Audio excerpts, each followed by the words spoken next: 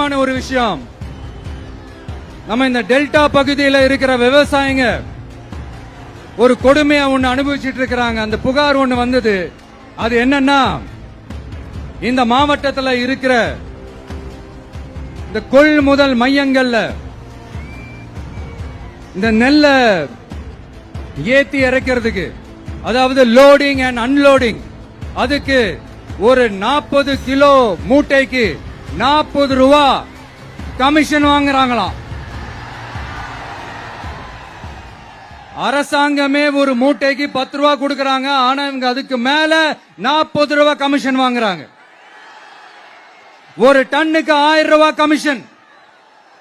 நீங்க கணக்கு போட்டு பாத்தீங்கன்னா இந்த 4.5 வருஷத்துல பல கோடிகள் இந்த டெல்டா பகுதிகளில் இருக்கிற இந்த விவசாயிங்க கிட்ட இருந்து கமிஷனா புடுங்கி இருக்கிறாங்க. இத வேற யாராவது சொல்லியிருந்தா கூட நான் நம்பி இருக்க மாட்டேன். ஆனா என்கிட்ட சொன்னதே விவசாயிங்க தான். விவசாயிங்க பொய் சொல்ல மாட்டாங்க.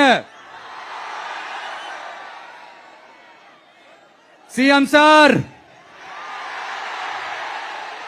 இது உங்க ஆட்சியில நடந்திருக்குது. உங்களுக்கு வேணா 40க்கு 40னா அது எலெக்ஷன் ரிசல்ட்டா இருக்கலாம்.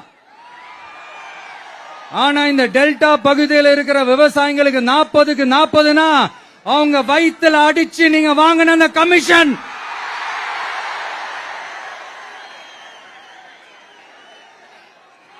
இது உங்க ஆட்சியில நடந்திருக்குது. சிஎம் சார், இதுக்கு என்ன பதில் சொல்ல போறீங்க?